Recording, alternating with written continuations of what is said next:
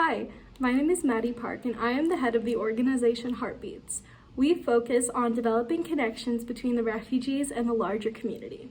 Today, I will be taking you along with me to show you how we developed some of these connections. Hosiana Band's youth choir is a group of young refugees from Congo.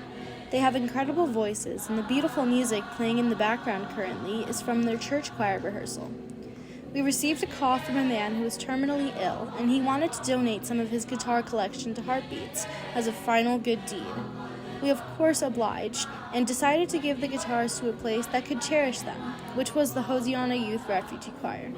I'm very grateful to have witnessed the choir connecting with their culture through our guitars while singing a song in Swahili.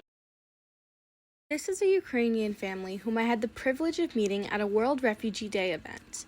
After the war started, they fled from the Donbas region of Ukraine, which unfortunately has some of the worst fighting. For the younger boy Sasha, I found a donated piano, and one amazing part of this story is that the woman who had donated the piano, just by coincidence, her parents were also refugees from Ukraine in an earlier war. For her, it had really come back full circle. Whenever possible, I try to make a connection between the donor and the donee, as it brings them both joy and a sense of belonging. For the older boy Seva, I found an acoustic guitar. In the background, you can hear him singing and playing a Ukrainian folk song on the guitar. For some refugees, music represents joy and connection with their culture. But for Seva, he plays for emotional healing, as he is often sad, anxious, and deeply homesick for Ukraine.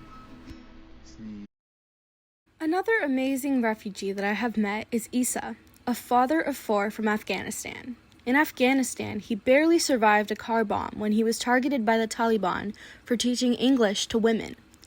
Here's Christopher and Isa putting together a drum set for Isa and his son. Chris is a local professional musician and past donor who helps me by repairing and collecting instruments. Through Isa, I met another Afghan family. We found a keyboard for the rambunctious son and an acoustic guitar for the father, Abdul, who is an accomplished musician. For Abdul, the guitar allows him to connect with who he was in Afghanistan and some of the best memories that he has. Finally, there is a famous story of 61 young Afghan women who escaped danger, chaos, and repression to start life as new ASU college students. I found at least a dozen donated instruments for them, and I am in the process of getting them lessons. They are all extremely kind, and I am so lucky to have been able to meet them.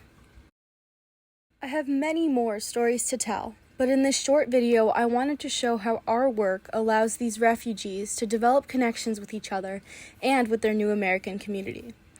Music truly is the universal language, and it builds connections to homelands, cultures, and emotions of joy, sadness, longing, and healing.